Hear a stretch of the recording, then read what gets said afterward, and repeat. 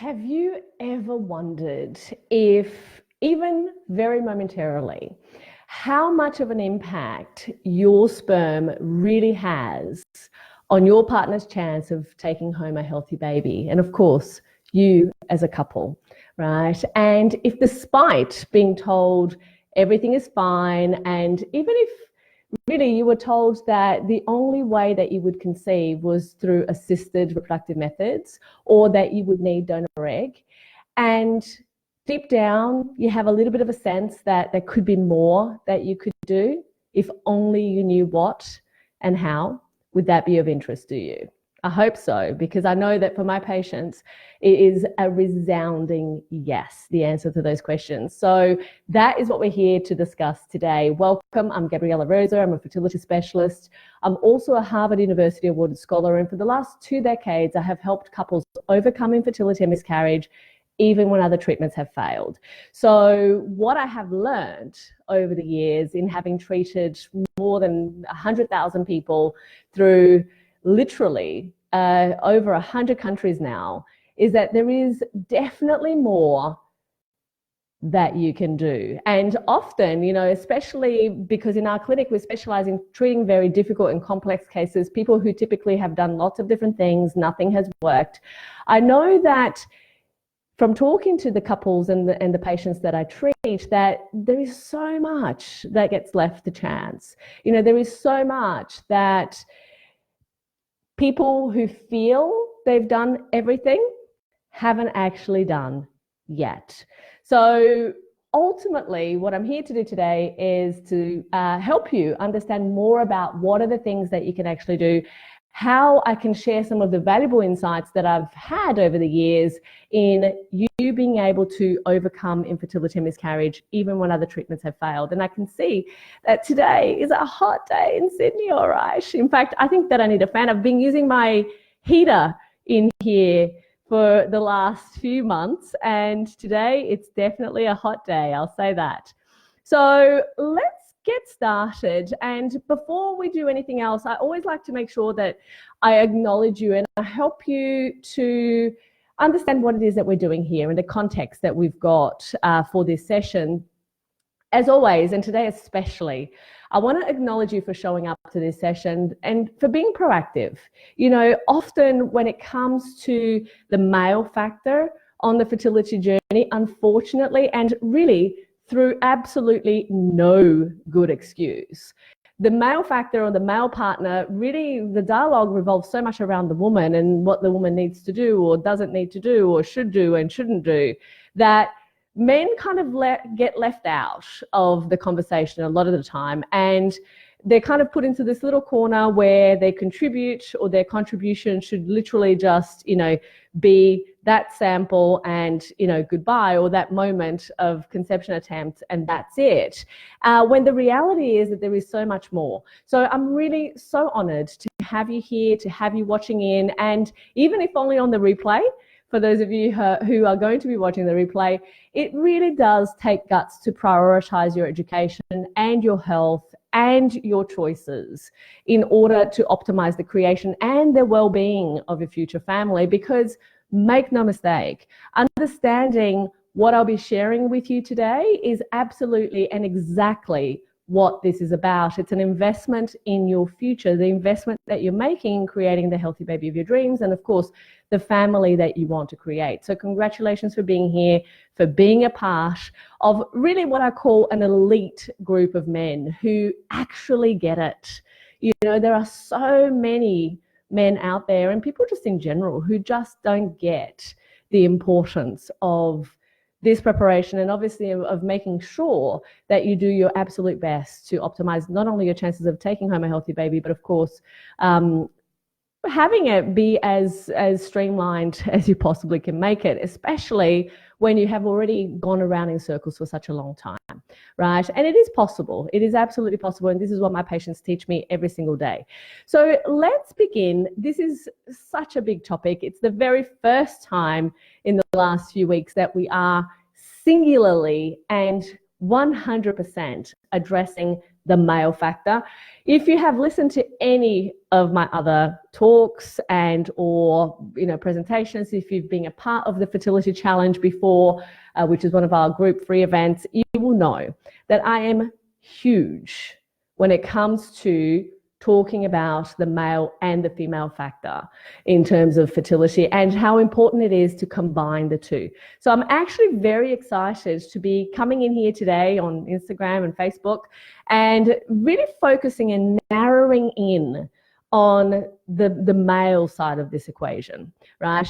What I will recommend is that you have some pen and paper handy, because I will be sharing a whole lot of stuff, and in a moment it will feel like the fire hose has opened and there's going to be lots of things coming at you, and you might want to take notes, and you might want to actually have a look at the replay again to go back through some of the concepts that I'm going to be sharing, and also some of the specific recommendations that I'll be giving you to optimize your chances of taking home a healthy baby. Okay, so that is something that I absolutely would recommend. Now, in terms of some of the questions that I'll be answering, there are many, many, many questions that get thrown at me literally every single day in terms of female and male fertility. Some of the questions when it comes up to this topic, which obviously is the topic of male fertility and of course sperm, is could sperm be the issue that's causing infertility and miscarriage in my case? If you already know that that's the case, well, then that's fantastic. And then the next question becomes, what can I do about it, right? And how do I improve my sperm quality? What do I need to do to improve sperm quality? And of course, does it even matter if I'm going through IVF? What are the causes of poor sperm parameters? Can poor sperm parameters be improved? And when, for example, there is only just one parameter that's not quite where it needs to be, is there any point in working on improving it? So all of those types of questions I'll definitely be answering. What else? One of the questions that I got asked recently, which I think is a great question, my partner was told that his sperm is fine, but we still don't have a baby. Are we missing something? Right? That's a fantastic question that we're going to be answering in great detail. So, and how long does it take to improve sperm parameters? So all of those things and more, I'm going to be sharing with you today. So I hope that you will strap in and get ready. Now, hello. I can see there's some lovely people in the some usual suspects on the Facebook Live, which is wonderful. And I can see as well, you guys are just rocking it on Instagram. So just, I can see lots and lots of people kind of joining in and listening in. So hello, I always like to ask and I always like to know, where are you listening from? So do let me know. Just pop in on the comments wherever you are watching from, and I would love to know, where are you watching from? That's awesome. We do, the majority of the patients in our clinic are in the US, UK, Australia, but we have people literally all over the world who have either done one of my events or programs or is in the Natural Fertility Breakthrough Program right now. So it's absolutely awesome to know where you guys are at. I often say that, we treat patients all over the world in every continent except Antarctica. So there you go. But anyway, let's talk about what it is that I want to make sure that I bring to you guys today. And I can see Maryland, Florida, see lots of US people. It's always, there you go, California. The US always, population-wise, will absolutely win. And it's great that you guys are here. And yes, Magali, you are one of my usual suspects that I love seeing. When I see your names pop in, it's lovely. So there you go. Oh gosh, lots of US. That's awesome. All right, so my purpose today, as always, is in just under an hour, share with you as many possible things as I can about how to improve and optimize your chances of taking home a healthy baby. Oh, I've got Nigeria, yay! Melbourne, see, I think it's starting to pop up. But as I was saying, my purpose in under an hour is to share with you as many possible things as I can to really help you optimize your chances of taking home a healthy baby. And of course, the very first step is improving sperm, right? Because today we're talking about the male fertility factor. I will be sharing 3 big ideas, as I always do. But today there's going to be lots of components within each one of those three big ideas. So that's why I said pen and paper is going to be a must here. And your job listening in is to make sure that you don't take any of this personally. In fact, I don't want you to take it personally. I don't want you to feel bad about yourself or try to dismiss what I'm going to share with you because it pisses you off, right? This conversation can be tricky. It's a little bit of a, tender conversation for some men.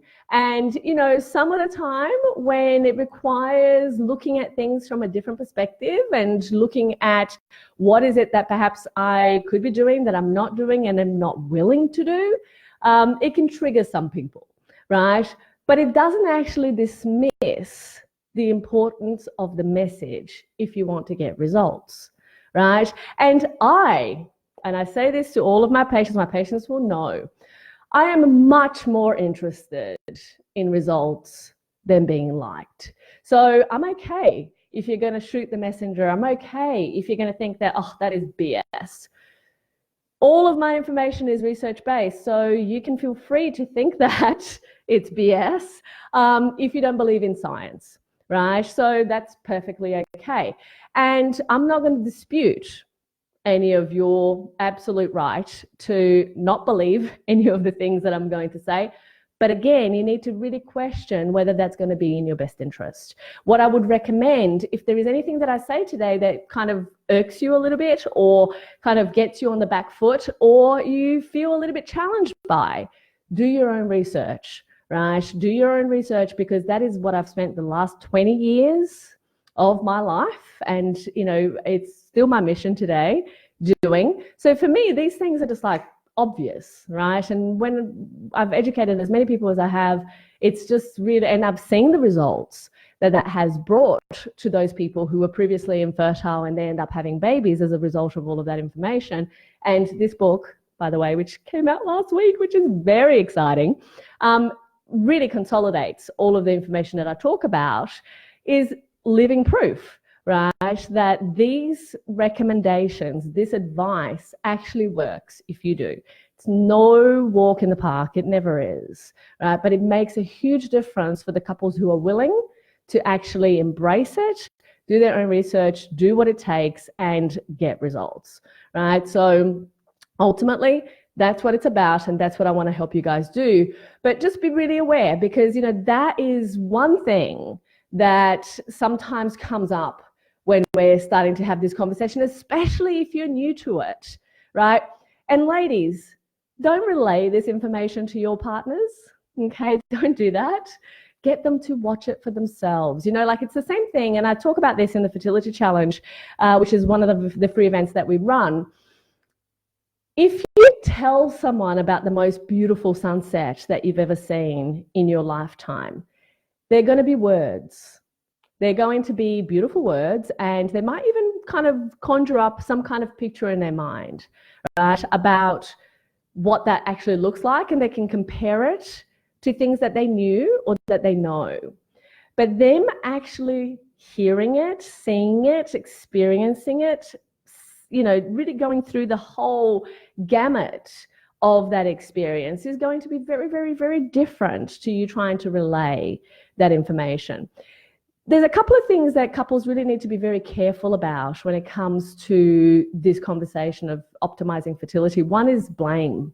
Blame is it's a poison to any relationship. And ultimately, the fertility journey can really bring that up to a huge extent, because people get resentful about the fact that they're not yet where they want to be.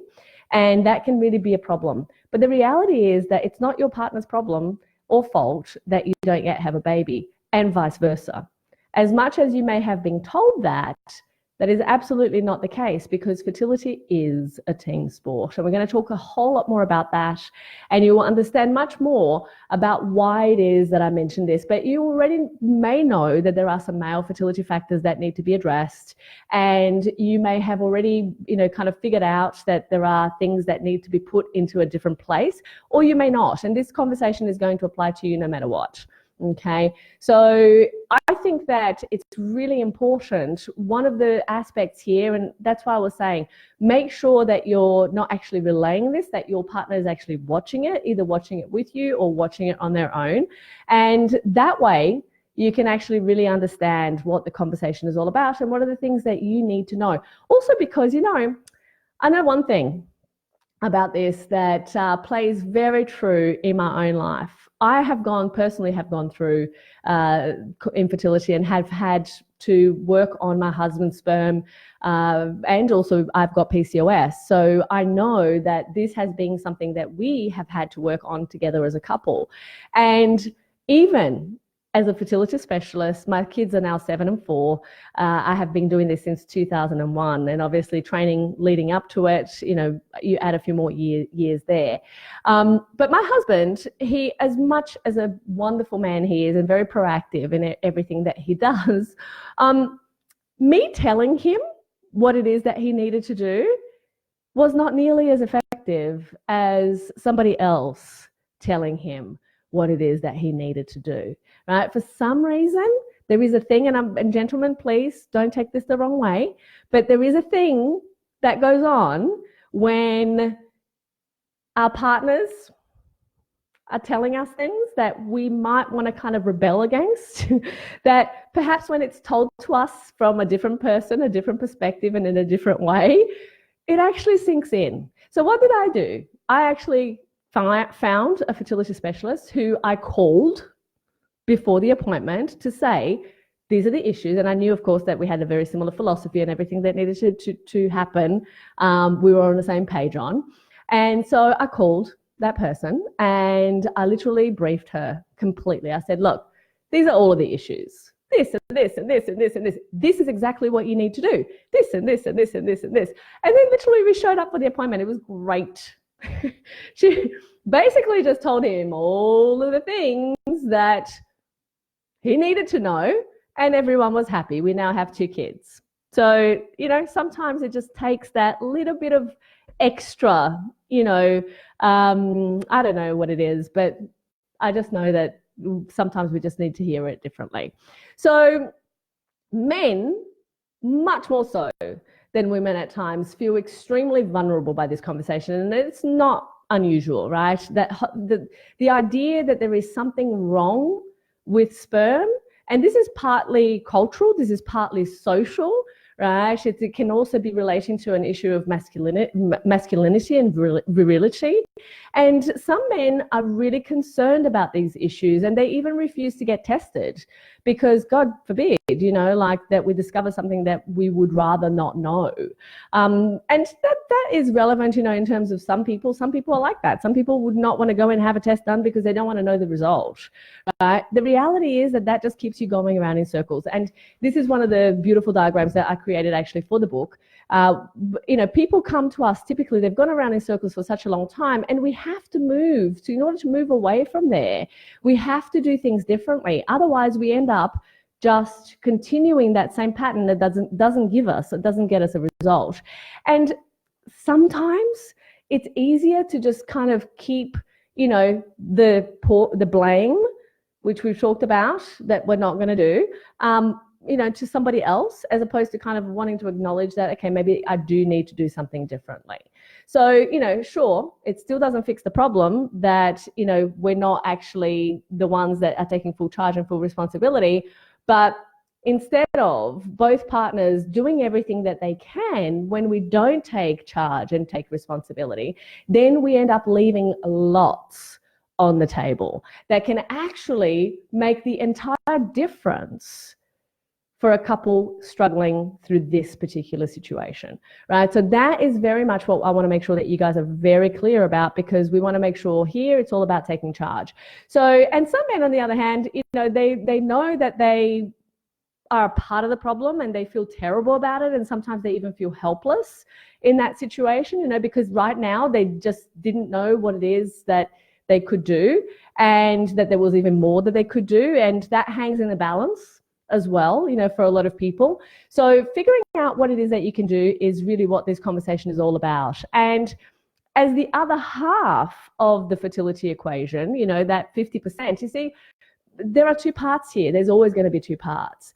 And 50% of that equation is to do with the male factor. And if we're not actually having the result that we want, no matter what it is that your doctor may have told you, that it's to do with her eggs and her eggs are no good and this is not, working the way that it needs to, or she's got endometriosis or whatever it is, right? No matter where we're trying to place that responsibility, it is never going to actually amount to the result that we are looking for if both partners don't take full responsibility about what it is that needs to happen, right? So if you're still not holding the healthy baby of your dreams in your arms, it's because together as a unit, there are issues that need to be considered, addressed, and really fixed in order to get the results that we are looking for. Because with any other, and I said this often, with any other partner, either of you may have already conceived. So, and it's not a given either. But what happens is that we need to make sure that we understand that the responsibility and the whatever needs to be done by both partners. Fertility is a team sport. And most importantly, removing the obstacles to optimum fertility is the one thing that's going to make the hugest difference when it comes to optimizing your chances of conception. So acting pregnant now to get pregnant later, and I'll explain that this must be done by both prospective partners, and I'll explain much more about this later on, is absolutely key when we're wanting to improve and optimize sperm health, right? So there is no hacking biology here. There's no trying to game the system because it's really not going to be possible. And so the short answer is that absolutely there has to be both partners involved. There has to be both, even if you've fathered, by the way, even if you've fathered 10 children before, right, that does not mean that you'll be able to father a child today. Right. And I've seen this happen before with patients. We've got many previous children from previous marriages or previous relationships and whatever else. And now we're having an issue, right? If now we're having an issue, we need to actually reassess the situation as a whole from the beginning.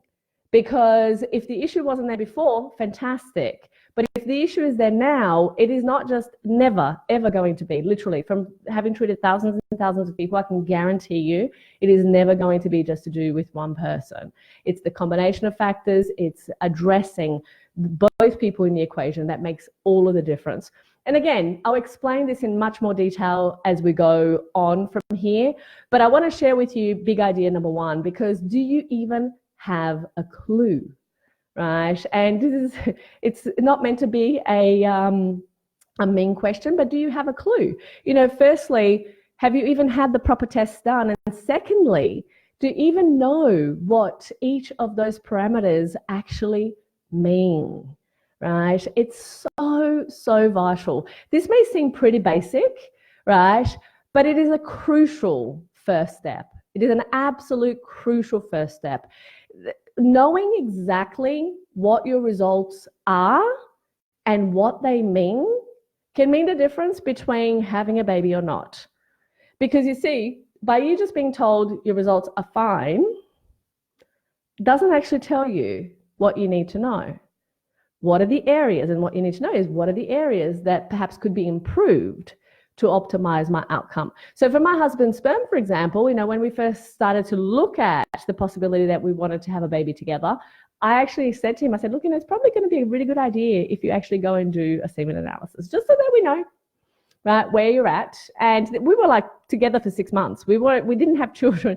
We didn't choose or decide to have children for another 8 years after that. But I said to him, let's check, right? What do you think? And he's like, yep. By the week after, I had a result on my desk, right? And I love one of the reasons why I married this man, because he's just amazing and so proactive, and also just really kind of okay, what needs to be done? So the results came in and everything was great except morphology. His morphology was 0%. And I'll explain about parameters in a second so that you really have a very granular understanding about what this means. But basically, zero morphology means that even with IVF, despite count being normal, despite motility being good, it's very unlikely that we're going to end up with a child, right? And so those are things that are really important to know. Fine in the grand scheme of things, does not mean the ability to get pregnant and take a healthy pregnancy to term. Because poor morphology can relate to many other things, which again I will discuss further down the track, but that can really negatively impact the chances of not only conceiving, so you might conceive through, say, for example, assisted reproductive methods, but then a pregnancy might basically not continue, right? Because of the issues that are related to that parameter being low. So, it's about looking at it from a whole contextual perspective rather than just isolating little pieces of the puzzle and thinking that that's going to be the be all and end all. So there are a few really important points that I want to make sure that I get through to you. The right lab is vital, right? And there are some things that you need to know in terms of results as well. Your score or your result today does not mean that it will be the same forever, at least not in many cases. Like I've even seen, for example, people with Klinefelter syndrome where they've improved their sperm, their semen analysis, the sperm count went from 0 to going to enough so that they could actually utilize ICSI procedures. So the fact that in most cases, the results that you have now are absolutely changeable, and what you need are a few very key ingredients to make sure that that happens is what this conversation is all about. Okay, typically semen analysis results can be dramatically different from week to week. So there's no need to test frequently though, because ultimately if you're wanting to, get pregnant, this is a little bit of a longer game. And of course, keep a healthy pregnancy to term as well. Because sperm parameters change, the maturation of sperm is around 3.5 to 4 months. So basically for you checking every week is not going to make any difference to that cycle of sperm maturation. So the biggest changes that you will see is when you test for, every kind of 4 months or so. The one thing that we see for our patients in the clinic, and this is something very important, sometimes you can go from 0 to 0 in terms of sperm, right, in like a week. If you have a particularly bad infection, if you have a cold, if you have, like things that happen that will negatively impact your health can absolutely negatively impact your sperm. And this is what I mean. These results, they are changeable on both sides, right? Medication that you start taking can negatively impact sperm. So prescription medication as well as over-the-counter medication will have an impact. So these are all questions that you need to start asking about, okay, well, what are all of the things that I could be doing or not doing that could be having an impact on my ability to keep my sperm levels at the best possible place that it needs to be. And so, that whole sperm maturation cycle is important. In our clinic, when we start treating someone, especially when we're looking at, detoxifying and improving many different areas at the same time, the body goes through a little bit of a tizzy, which is the technical term, right? It goes into like this kind of out of control, oh my God, what's going on? And things typically get worse before they get better. Right. And this is what I see so often and have seen so often over the years is that you have a semen analysis, you will be whatever, right? You start treatment and it gets dramatically worse before it goes infinitely, in comparison, incredibly better than it was before. And it continues to improve over time. So those are the types of things that you also need to look out for, because it doesn't mean that, you've started to do good things for your health and your sperm has gone down, therefore those things don't work or they're bad for you or whatever it is, and you go back to doing whatever it is that you were doing before, which was not in your best interest, right?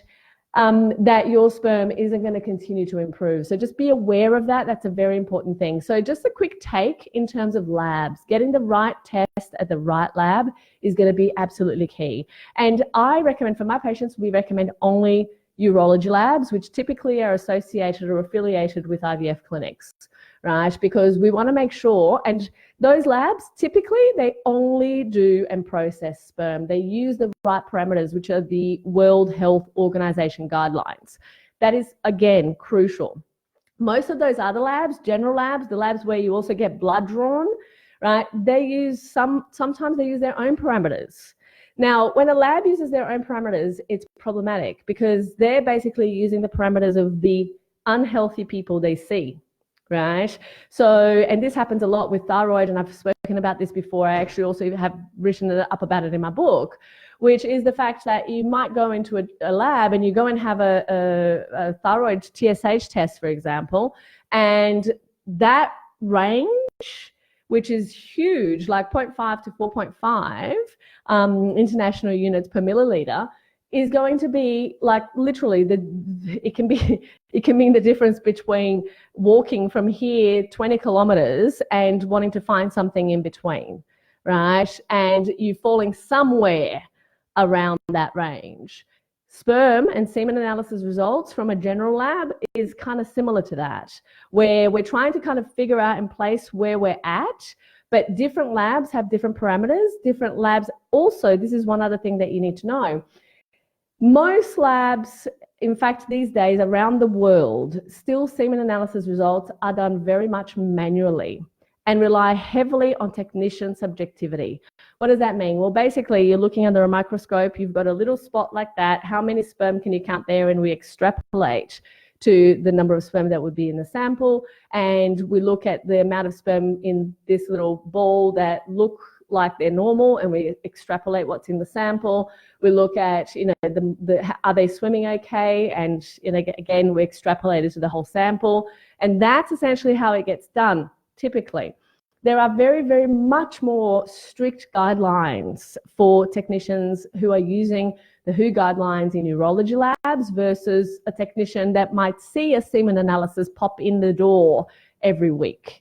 Right? When you're dealing with and doing 30 semen analysis in a day, your ability to compare is going to be infinitely greater than that person who basically is seeing a semen analysis in a week, right? And so that's why also the ranges from general labs can be so much larger.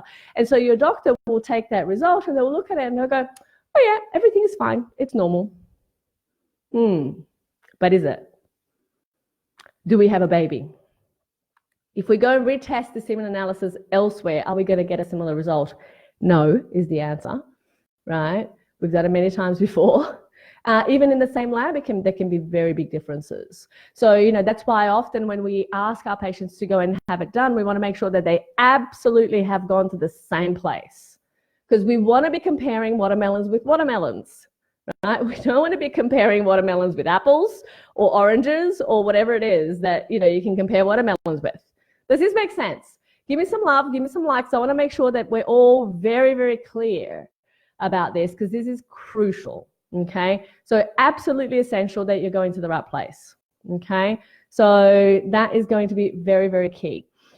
Now, in terms of, okay, good. Pop it in the comments below as well if this is making sense, right? I really want to make sure that you guys are getting this. And if you have questions as well, Facebook is going to be the best place to kind of pop your questions. If you're watching on Instagram, I can do my best and try and, you know, moderate the two. But at the moment, it's probably going to be easiest if you pop your questions on Instagram, beg your pardon, on Facebook. So let's talk about the parameters themselves, because again, that will, and obviously I want to be comparing and helping you understand the World Health Organization parameters, because that's going to be the most kind of world standard that and what we use in our clinic, okay? So there are, in fact, here's what I'll do. There is a catalog that we've put together for these Ask Gabriela Rosa events. And so I will be sharing that at the end of this talk in the comments. And I will also put in there the actual parameters that are for the World Health Organization guidelines. So most semen analysis results from urology labs, they're going to be looking at things like sperm concentration and like volume. So the actual volume of ejaculate that is present in the jar.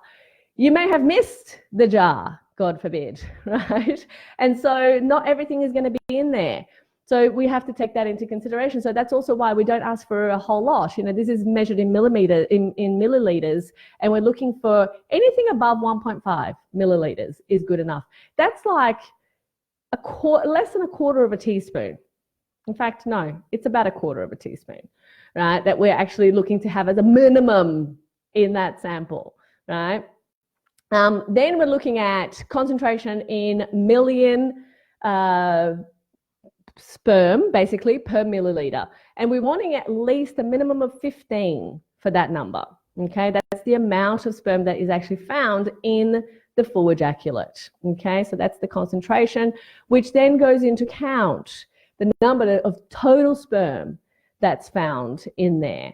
And we want to have at least 39, okay, as the number that we're going to find in there.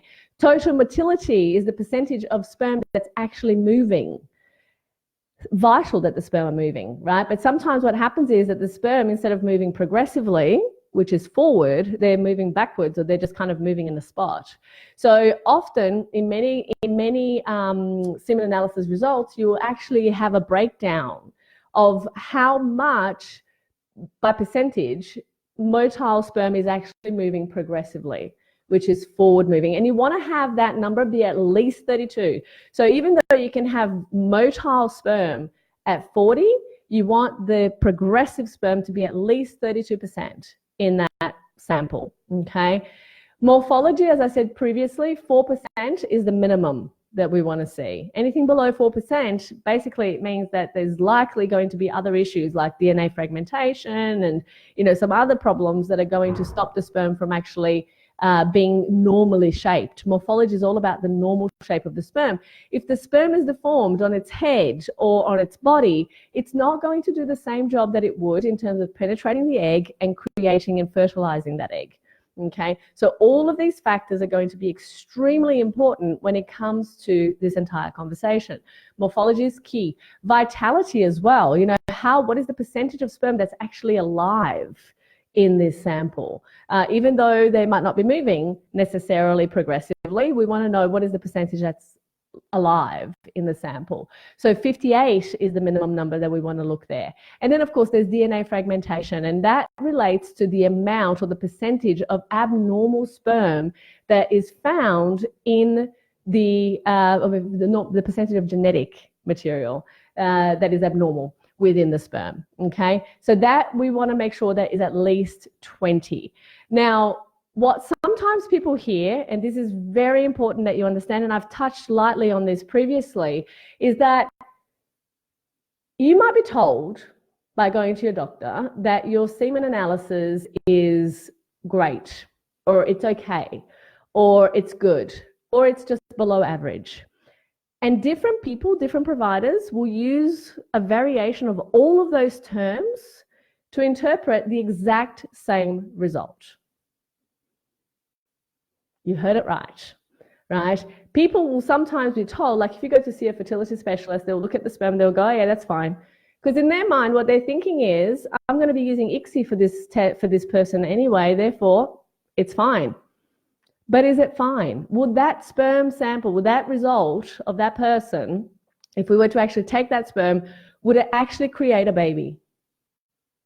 Would it be able to create a baby naturally? Would it be able to create a baby just through through IUI or through IVF or through ICSI, which are different gradations, by the way, of the quality of the sperm? Obviously, the sperm that is the absolute healthiest is able to affect a natural pregnancy, followed by less healthy IUI, followed by less healthy again IVF, followed by the least healthy ICSI, right? And I'm kind of simplifying and generalizing this, but just really to kind of give you a little bit of an understanding of what it actually means. If you're told that you need to have ICSI, it's because your sperm is really not the way that it needs to be, even if it's fine. Okay, and so this is what I mean. It's so important to understand specifically based on your results, and I would highly encourage you to take out your results and based on the parameters that I've talked to you about, look at it and go, okay, what does this actually mean in terms of my results compared to what the guideline actually says, right? So that's a really important thing to do, because I think that it will give you much more insight as to where you're actually at. So that's the first thing. And of course, removing the obstacles, which we'll talk more about in a moment, removing the obstacles to optimum fertility is really what it's all about, because the body typically knows what it is that it needs to do. If it's given half a chance, it normally does it, right? And so that is very much what we need to take into consideration. Is this making sense? I hope so. And I can see here, it's seriously like a light bulb moment. I'm so glad, Alicia. I'm so glad that it's a light bulb moment for you, because, yeah, that's typically what ends up happening, right? Alicia's speaking very much to what I said before, which is this whole idea of, oh yeah, your sperm is fine, but you need ICSI. So hang on a second, which one is it?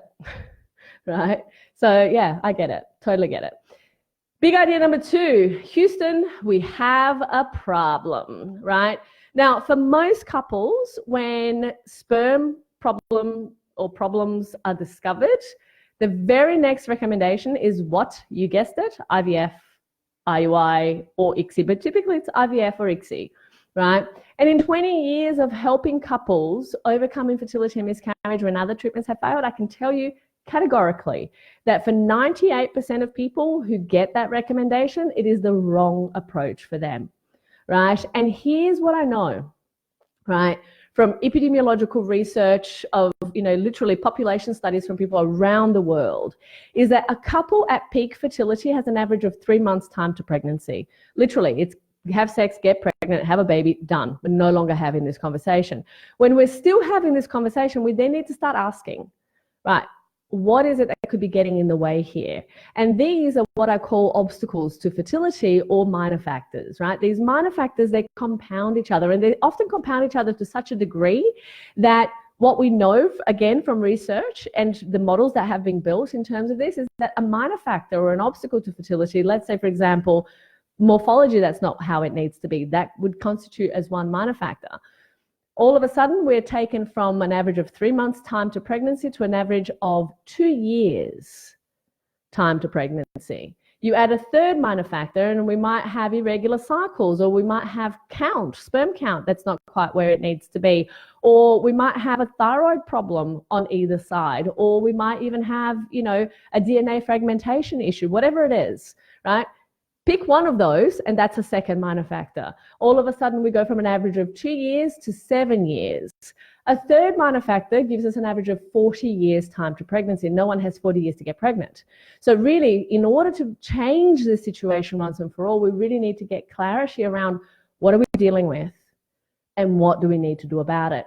Because for every permutation that we get, right, of minor factors, there might be a different approach that needs to be taken into consideration. It's not always going to be about, you've got this problem, therefore this is what you need to do. We need to really have a look at the whole picture to be able to really understand what are the obstacles that we're dealing with and what do we need to do around them, so that we're not continuing to go around in circles, right, without a result. There was a study that was published in a very prestigious journal, the Journal of Human Reproduction, and this study really kind of brought to my mind, and it's a recent study from 2016, and it showed that for an approximate 80% chance of a live birth, we need on average 8 IVF cycles.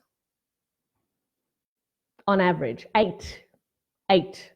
In contrast, what I see in my clinic, and I've very clearly outlined this in Fertility Breakthrough, right, because that's what we see all the time, is that people will go through and have multiple failed IVF cycles, ICSI cycles, go through years of infertility and end up conceiving naturally or needing the most minimum number of IVF or ICSI cycles, and take home babies at 78.15% success, whilst really just optimizing every aspect that they can in terms of their health, their relationship, and of course the very foundation of the family that they want to create. So, go ahead, call me crazy by, thinking that, okay, well, technology is the only way. We really need to look at what is every aspect that we need to put in place, that we need to optimize, that we need to address prior to jumping on to some form of assisted reproductive techniques. And mind you,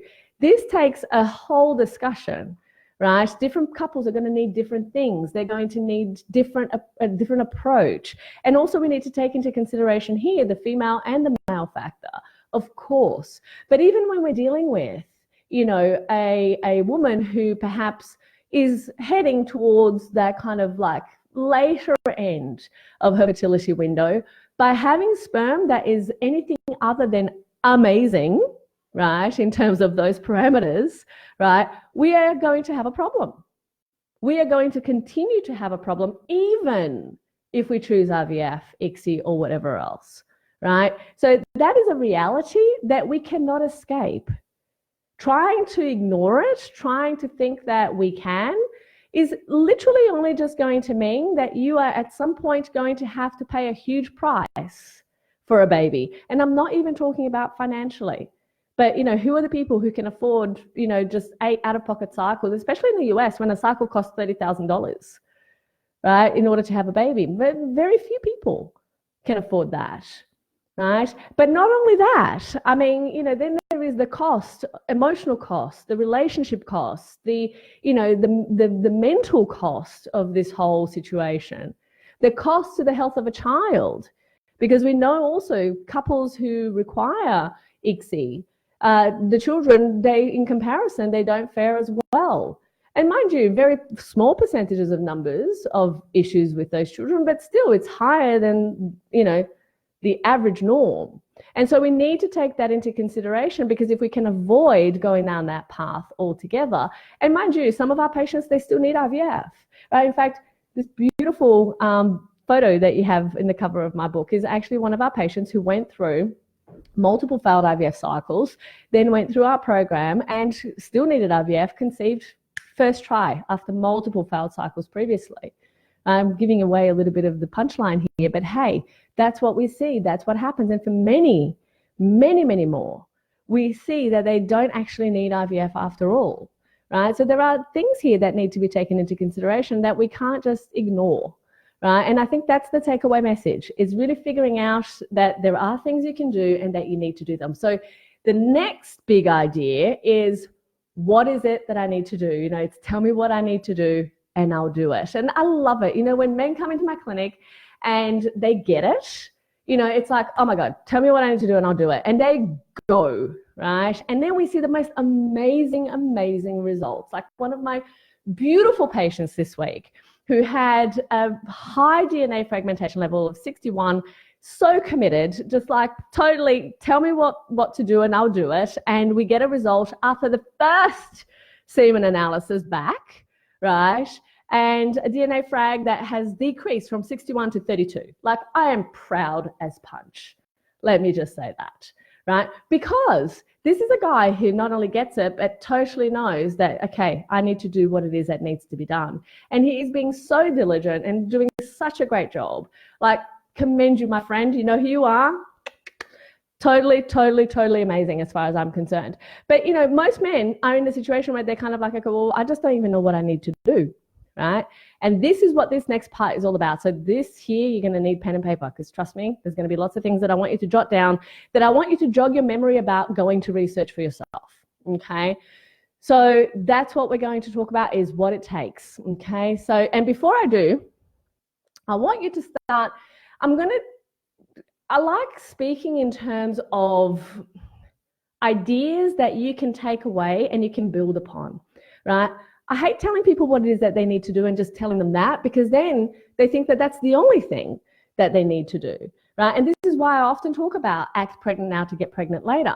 Not because, first of all, it sticks in your mind, right? And as a man, you kind of go, I can't get pregnant. Well, let's imagine that you could, okay? This is what we're going to start this conversation.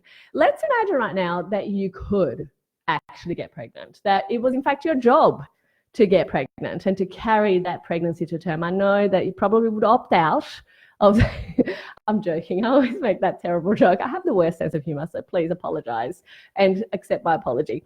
But anyway, so basically, if men could have babies, this is the thing that would go on in your mind, and it might even go on your mind right now, right? Which is this whole idea that, okay, the second a woman gets pregnant, and I know this from personal experience, but I also know from hearing it from my patients, the second a woman gets pregnant, the very next thought is my baby going to be healthy? Like, literally, that is what goes on in our minds. Now, the time to optimize a child's health is actually not during the pregnancy. It's it's in the time leading up to it. So I've done many other conversations, many other segments of the Ask Gabriela Rosa lives. I've done one on egg quality that I would highly recommend that you guys have a look at if you have any questions around how to improve egg quality. The other one, because I've seen a question here about what do I suggest in terms of IVF, improving the IVF results and ICSI results. Definitely, I've done a talk about that. Go check it out. It's all on the Gabriela Rosa page, by the way, which is the same page that I'm doing this talk right now. If you go onto videos, you will probably find all of these talks and a whole library of other stuff that's going to be helpful for you. But basically, let's just go back to this idea of getting pregnant, acting pregnant now to getting pregnant later. What happens is that right now within you, you already have 50% of that little baby that you want to create, right? So what that means is that if you want to optimize every aspect of what it is that you can do to improve your chances of getting pregnant and taking home a healthy baby, that is what you need to do. Figure out what are all of the things that you would start doing or stop doing if you were told that you were pregnant right now. That is how you improve sperm. It's really that simple, right? So what happens is, again, look at every aspect, everything that you do in your day-to-day, the things that you put in your mouth, the things that you're in contact with, the things that you breathe in, the things that you do, the choices that you make. If you are pregnant right now with the baby that is your responsibility to take and carry to term, right, in the healthiest possible shape that it can be, what would you start doing and what would you stop doing, right? That is absolutely key. It's key. And I'm going to talk about major categories that I want you to start looking at, right? Just to trigger your thoughts around some areas and things that are going to be important. And by the way, in the catalog, when we complete the catalog, which will be done by next week, typically the catalog gets updated on the week after the event. So we put in all a whole lot of scientific references and, you know, any extra kind of information that's going to be useful for you guys. It goes in the catalog, okay? So you'll see that there's a couple already of the talks already cataloged, but there's a few more that are going to be done by next week.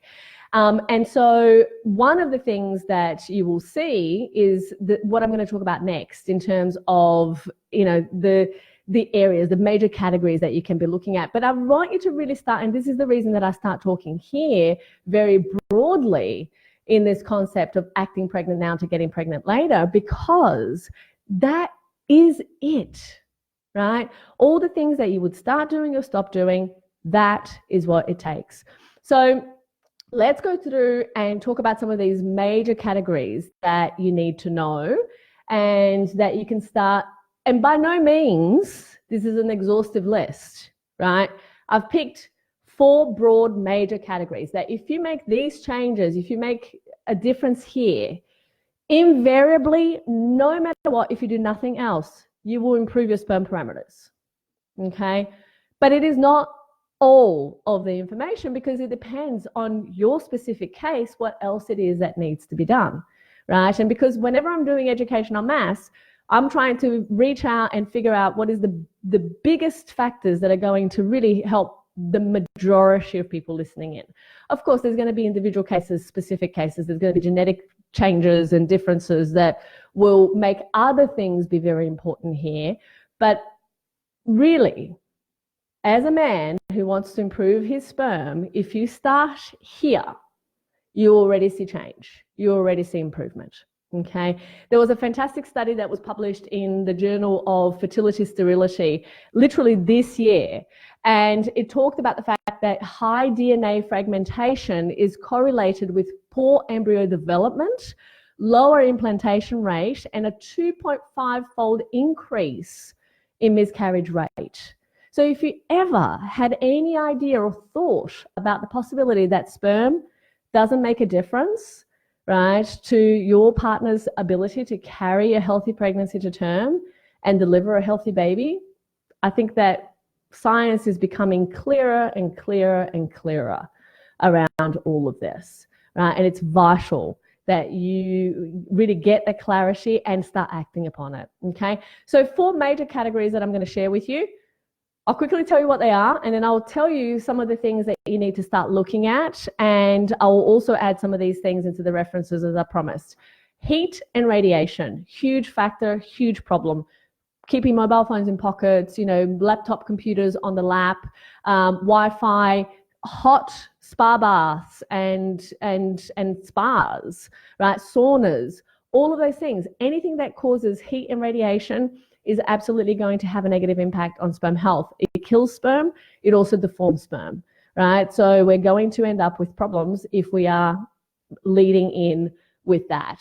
Diet is so key. There are so many studies that show the direct impact that junk foods, trans fats, soft drinks have on a man's sperm health, right? So diet, eat your way to parenthood is what I said before. It's act pregnant now to get pregnant later. The same way that you would eat to nourish a child is the way that you need to eat now, right? And I talk about this not only in Fertility Breakthrough, throughout the entire Fertility Challenge, which the next one, by the way, starts at the end of this month. So if you've never done the Fertility Challenge, that is a great educational opportunity. It's completely free, and I highly recommend that you join it. Just search online Gabriela Rosa Fertility Challenge, or I will share the link later on at the end of this talk.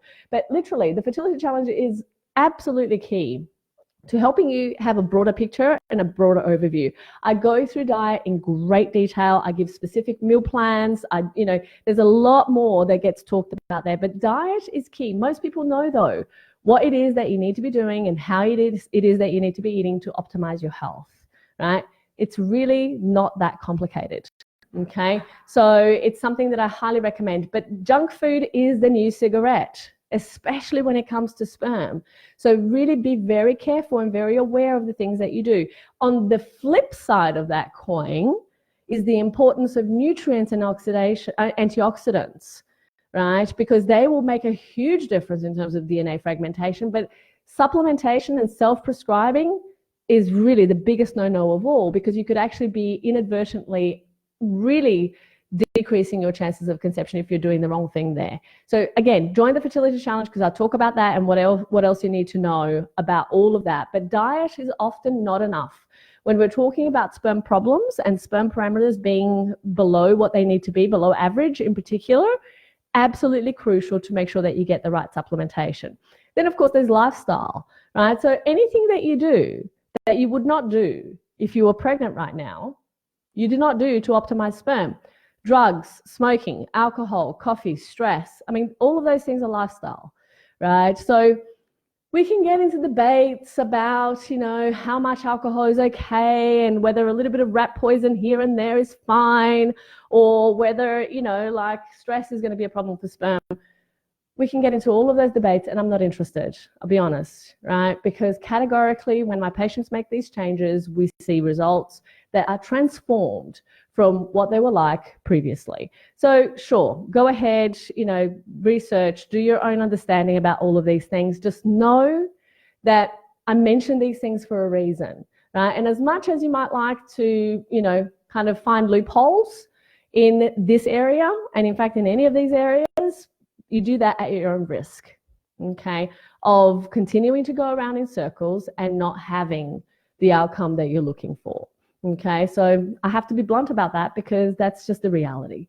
Okay, then there's chemicals, and that ranges from household chemicals to occupational hazards to tinkering in the garage on the weekend to DIY hobbies to, God knows. So chemical exposure is a huge problematic factor when it comes to sperm. So I would highly recommend that you take a look around your environment and see what are the things that you can be letting go of. What can you be getting rid of? What can you change? What can you, how can you adjust this area? Because there are so many chemical exposures that you probably don't even know that you are being exposed to right now that will dramatically negatively impact your sperm. So for all of those that you don't know, and I recommend, if you don't know, by the way, that you do your research. But for all of those that you don't know, there are a whole heap that you do know. So make a change in the areas that you can, because those are the areas at the end of the day that you can optimize, okay? Now, I've got Instagram telling me that in a minute we're going to go off from being live on Instagram. So if you want, just jump on to Facebook to continue the talk from there. Okay, we have this issue every week. We're still trying to kind of find a way to navigate it. I'm sure we will at some point, but right now, if you want to listen to the whole talk, you are always going to be better off watching it from Facebook. Okay. So in terms of chemicals, yes, this is going to be key, crucial, and all of those 4 areas. And of course, there are more. Like I said before, it's going to be difficult for me to cover every single possible thing. But for example, different genetic SNPs and variations will require a different approach. And so we need to take all of that into consideration as well, right? So, but it really, there are, as much as there are many other areas, again, as I said, addressing these is going to start you absolutely in the right path and on the right direction, right? So it's something that I highly recommend that you do. Okay, so Instagram just went off, so that I highly, highly recommend that you do. Okay, so that's going to be great because you see, and I've mentioned this before, I have a series of very happy experiences in my clinic with couples and a series of very unhappy ones. And the unhappy ones typically revolve around, and sad ones revolve around people, taking 1 or 2 years or 3 or 4 or 5 to actually get their head around what I'm talking to you about right now, right? That really shouldn't take you more than an hour to get your head around, right? But it's not the understanding that these things make a difference as much as it is the unwillingness to change, right? And to be supported through that change. And that's really sad because 1, 2, 3, 4, 5 years, typically, for some couples, it means the end of their fertility window and the end of the best possible chances that they could be having of taking home a healthy baby, right? So it's key and crucial to look at it from the perspective that you have right now, which is understanding that, yes, there are things that can be done. You can do that work, get started, right? Because that's typically how we get this kind of result. Right? Well, how we get the results of many of the patients who I've featured in this book, because we know that there are things that you need to do, and once you start to realize what they are, it's often not as difficult as you might think. And also remember, things compound each other. So for everything that you don't do that you could be doing, you are leaving things on the table that could really help you. But at the same time, every time that you do something, you're layering a positive outcome in your future at some point, right? So that's going to be really, really key.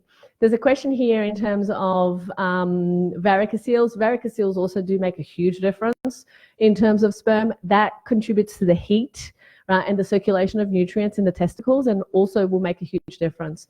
And, the thing about it is that, and Cassie, I totally hear you. It gets so frustrating because these things sometimes get addressed, but they get addressed in a half kind of way.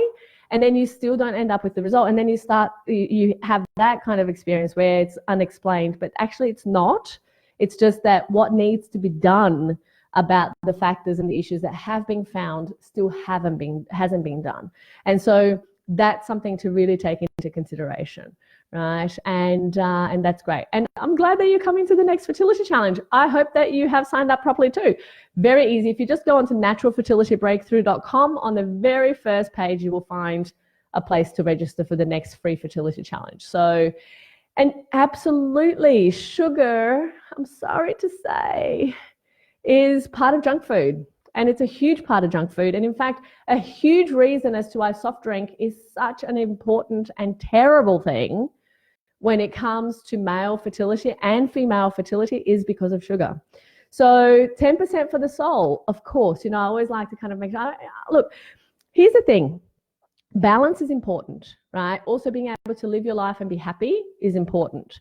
So this shouldn't, kind of take up your whole entire life in the sense that, oh my God, all of a sudden you can never go out for dinner, or you can't eat a dessert, or you can't. No. In fact, when I was doing my preconception preparation, I used to go out for pizza once a week and I used to have dessert once a week. Absolutely. Right? But it wasn't something that I could do every day, especially because I have PCOS. right? And by now having done, and my periods used to be so incredibly irregular as a result, right? And by now, after years and years and years of doing that and still going out, I practically go out for pizza once a week, right? Because I enjoy it. And I'm not celiac. If I was, then obviously that would be a different conversation. Even though I recommend dairy-free and gluten-free for anybody trying to conceive, and I do for a reason. And in fact, I will put a link to the infographic that we've created on this. I think that we know it's a threshold issue, right? So if you have too much, you're going to go above that threshold. If you have only just a little bit, you're going to stay below that threshold. The same, unfortunately, does not apply to drugs, alcohol, and anything else that you would do. But food-wise, you can have a little bit of lenience, and that makes life be a little bit more kind of manageable, I find. So, I hope that kind of makes sense, because also this is not about, just, gosh, like not enjoying life. This is about just looking and being aware of where are the places of opportunity and how it is that you can optimize those places of opportunity. That's what it's all about. Okay. So I hope that helps, and I hope that makes sense. I've got a couple of brief announcements before we finish up. The first, the new book, it's on pre-order. If you guys want to get a copy, I believe that it's The Fertile. So if you just type this up on Google, on basically a browser, any browser, thefertile.me/book pre-order, all one word. thefertile.me/book pre-order. You'll be able to get a book. I promised that I would mention the URL where you can register for the next free fertility challenge. The next one starts on the 30th of October, so literally less than 26 days away. And it is a wonderful opportunity to understand even more about the concepts that I've talked about here today, but also to really be able to put in place some of the work that's going to make a huge difference to your particular situation. I run those events every 4 months or so. So this is the last one for the year. Highly recommend you jump on. It's always a great event, the last one of the year. So jump on and join us. The next Ask Gabriela Rosa event is going to happen in 2 weeks, because I'm away next week at some lovely place, hopefully. I'm hoping it will be lovely. Anyway, but I'm talking about the importance and the impact of genetic testing and variance on your chances of taking home a healthy baby. My background, I've got a master's in reproductive medicine and human genetics. So I'm going to be diving in the genetic side of things and really focusing on some of the other factors that is going to be important for you to understand. Same place, same time. So, make sure that you join me. And finally, for anyone who is looking for very specific personalized treatment advice and who wants to actually have me assess this specific situation, definitely this is something for you. If it resonates with you, that's something that I would recommend. In my practice, we only take on couples that we can help, and I actually assess every situation before making that determination. So a couple is never offered a place in the program just because they want to join. I actually have to assess, really look at what are we dealing with. One, is there work to be done? Can we do that work? If yes, then you get invited to an information session. If no, then what happens is that I give you very specific recommendations of what I think you should do. And, we part ways at that point. I am very protective of our success rate for a reason. I know that there are couples that we absolutely do our very best work for, and others that are not a good fit for the method and what it is that I've developed over the years. And so, there's no point in wasting time. Time on a fertility journey is very precious. So if you want to have a further conversation with my team and figure out if, going through a fertility assessment is something that would be of benefit to you, and the fertility assessment part of things that we do is absolutely free, right? So we do that really just to be able to figure out who are the people that we can help versus who are the people that are certainly going to be best supported and best helped by something else, right? If you want to have that conversation, you go to thefertile.me/chat, and you'll get to have a conversation with one of my very experienced clinical assistants, and they will be able to guide you in the right direction as to what next, but that's thefertile.me/chat. In the meantime, I want you to remember one thing. You are more powerful than you will ever know in being able to make the changes and put in place the things that are going to change your results and transform your results once and for all. So be sure to take charge and do what it takes, because that is the only way that you can actually have the results that you're looking for. So I hope that helps. I hope it makes total sense. And I look forward to connecting with you guys again next time. And until then, bye for now.